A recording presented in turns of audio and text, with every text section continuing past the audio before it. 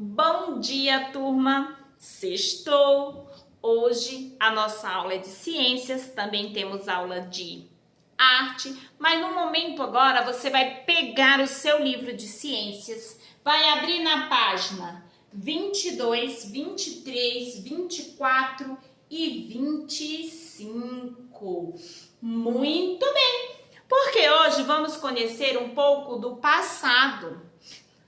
Estamos aí vendo o planeta Terra, como que ele é por fora, como que ele é por dentro, o que aconteceu há milhões de anos, como que ele vem aí até os dias atuais. Aprendemos que existem 6 continentes, mas será que sempre foram 6 continentes? Será que a Terra se movimentou ao longo desses milhares de anos? É o que a gente vai aprender hoje na aula de ciências. Também vamos saber um pouco sobre passado, né? Seres do passado. O que viveu no planeta Terra há milhões de anos? Como que foi? Pois é, no seu livro, olha só isso aí. Esse é a representação do planeta Terra, onde antigamente só existia um continente. Vamos conhecer o que aconteceu que hoje temos 6 continentes, sendo que há milhares de anos atrás existia apenas um chamado Pangeia. Esse continente do passado chamado Pangeia é esse que você está vendo aí.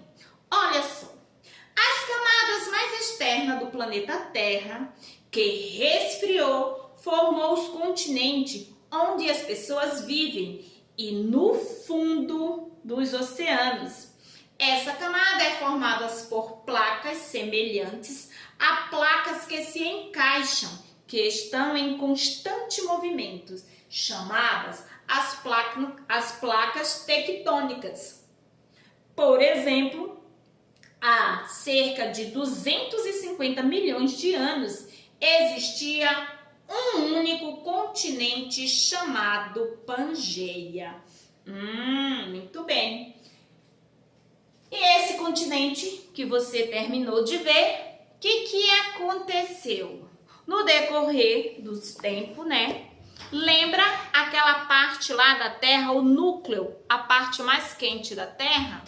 Que depois também vem aí as outras partes, também quente.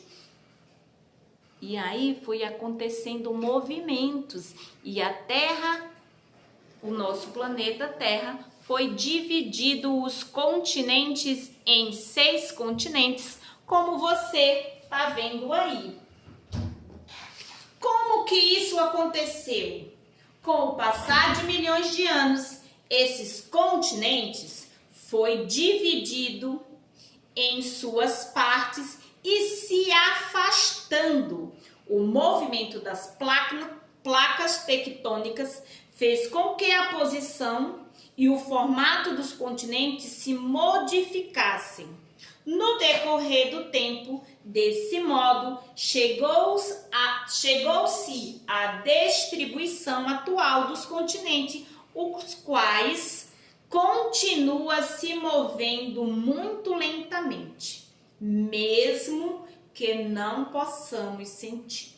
Então, temos aí a representação do planeta Terra, né? No hemisfério aí, você vê os 5 continentes, que há milhares de anos eles eram todos juntos, que se formavam um só continente chamado Pangeia. Muito bem, professora, olha só. Que interessante. Antes só existia um continente, conforme o movimento da Terra, eles estavam juntos, eles foram se dividindo, né? Por que esse movimento? Por causa da quentura, lembra daquela parte mais quente da Terra e aí vai se movimentando. Só que até hoje ela se movimenta lentamente, mas a gente não sente. Nossa, será que daqui a milhões de anos vamos ter mais continente? Né? Muito bem, é uma pergunta que a gente deve ficar assim se perguntando. E depois de tudo isso, a gente aprendeu o quê? Que antes era um único continente, que hoje temos 6 continentes a Terra, né? O planeta Terra está dividido aí em 6 continentes e ao oceano, né, em si.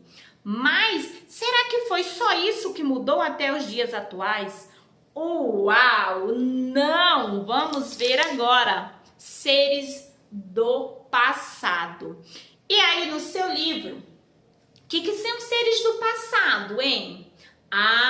Dinossauros, algumas árvores, algumas plantas, alguns animais, né? São seres também que viveram há milhões de anos. E como que a gente sabe que eles viveram? Vamos ver? Olha só, no seu livro fala assim: conforme você estudou, a Terra nem sempre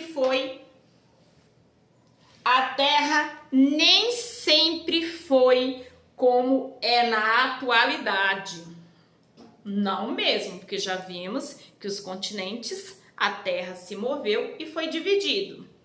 Então, além das mudanças na posição e no formato dos continentes, as espécies dos seres vivos encontrados em nosso planeta também mudaram. As plantas, os animais, os micro-organismos que viviam no passado desapareceram há milhões de anos, assim como aconteceu com os dinossauros. Outras espécies surgiram e se modificaram no decorrer do tempo. Professora, como que sabemos que existiu dinossauros? Se foi há milhões de anos, né? Pois é, para quem gosta, né, de dinossauro, tá aí. Em geral, uma espécie desaparece porque todos os indivíduos daquela espécie morrem. E então é quando chamamos de extinção. Esses animais, eles desaparecem na Terra, mas alguns podem ter virado fósseis. E com o tempo, né, tem aí os especialistas, que agora eu quero que vocês acompanhem aí. 6. Você aprenderá o que é um fóssil, os tipos de fósseis, sua importância e como eles se formam. Os fósseis são restos de animais ou plantas que sofreram mineralização, ou seja, tornaram-se rocha. Mas também pode ser o vestígio do ser vivo, como uma pegada de um animal ou a marca de uma folha de planta que esteja na rocha. Até as fezes de um animal pode virar fóssil. E nesse caso, ela se chama coprólito. Os coprólitos, que são as fezes fossilizadas, são importantes para descobrir o que comiam esses animais, que existiram no passado e não existem mais, como os dinossauros. É possível saber a dieta deles. Os fósseis são importantes, pois, através deles, podemos saber quais seres já viveram aqui na Terra e quando eles viveram, pois é possível fazer a datação dos fósseis. O que é isso? É fazer uma análise química do fóssil e descobrir a sua idade. Assim é possível saber quando viveu o animal ou a planta que deixou aquele fóssil. O cientista que estuda os fósseis chama-se paleontólogo, e a ciência que estuda os fósseis chama-se paleontologia. O paleontólogo descobre os fósseis nas rochas, identifica de qual ser vivo ele é, aquele fóssil, e estuda as suas características. Os fósseis são mais comuns nas rochas sedimentares, pois essas rochas se formam nos fundos de rios e mares, onde geralmente se formam os fósseis.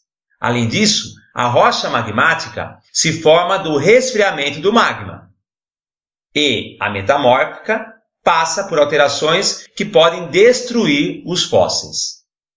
Mas como os fósseis se formam? No processo de fossilização, que é o processo de formação do fóssil, um ser vivo ou parte dele é compactado entre camadas de sedimentos que se sobrepõem. Após uma série de reações químicas, esse material torna-se parte da rocha. É importante dizer que se o ser vivo ficar exposto ao tempo, depois que ele morre, ele irá se decompor e não virará fóssil. Para se tornar um fóssil, ele precisa ser soterrado pelos sedimentos. Isso pode acontecer com a areia em um deserto, mas principalmente nos fundos de rios e oceanos. Existem fósseis aqui no Brasil? Claro! Inclusive tem animais, como alguns dinossauros e pterossauros, que só viveram aqui no Brasil e, portanto, não encontramos fósseis deles em outros locais do mundo. Em nosso país, existem sítios fossilíferos, que são locais que têm grande quantidade de fósseis. O mais conhecido deles localiza-se na Chapada do Araripe, no Nordeste brasileiro, abrangendo os estados do Ceará, Piauí e Pernambuco. Essa região hoje é sertão semiárido, seco, mas no passado era mar. Por isso que se formaram os fósseis nesse local, nas rochas sedimentares do fundo do mar dessa região. Para terminarmos, vale lembrar que os fósseis são importantes para o estudo da paleontologia, para sabermos quais seres já viveram aqui e quando eles viveram, para saber sobre a origem da vida e a evolução dos seres vivos. Portanto, quando uma pessoa encontra um fóssil, ela deve encaminhar esse fóssil para um centro de pesquisa, como uma universidade, para que o fóssil seja estudado. É proibida a venda e comercialização de fósseis no Brasil. É crime, pessoal. Vamos ter consciência, hein? Por hoje é só. E até mais, meus queridos alunos! Pois é, agora que você aprendeu tudo sobre fósseis, né? Você vai na página 24 para responder os exercícios. E aí, o primeiro exercício fala assim: com base no que você estudou, é possível dizer que a atual posição e o formato dos continentes são definitivos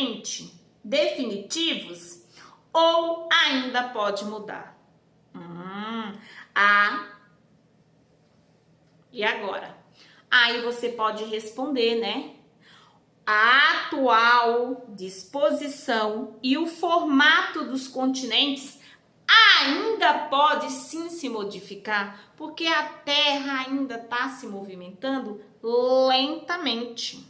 O interior da Terra, conforme toda a temperatura que tem dentro dela, ela vai se movimentando. Então, os continentes ainda podem ser movimentados, tudo bem? Aí depois vem embaixo, vou direto logo para a letra B. Agora faça um desenho que representa como que é o interior da superfície do planeta Terra. Agora chegou o momento de você fazer agora através de desenho como que é a Terra por dentro. E aí você vai fazer o núcleo, o manto e a crosta terrestre. E aí eles vão te perguntar, né? Nessa mesma pergunta vai te perguntar qual é a parte mais quente e qual é a parte mais fria, né? A parte mais quente da Terra é o núcleo. Essa parte aí, laranja amarela que tem, né? E a parte mais fria é a crosta terrestre, onde os seres vivos conseguem sobreviver, que é onde nós vivemos. Tudo bem? E aí na página 25 é um exercício super fácil, você vai fazer tranquilamente. Portanto, bons estudos, ficam com Deus, fica em paz, fica tranquilo e até a nossa aula ao vivo. Tudo bem? Um beijo no coração para cada um de vocês.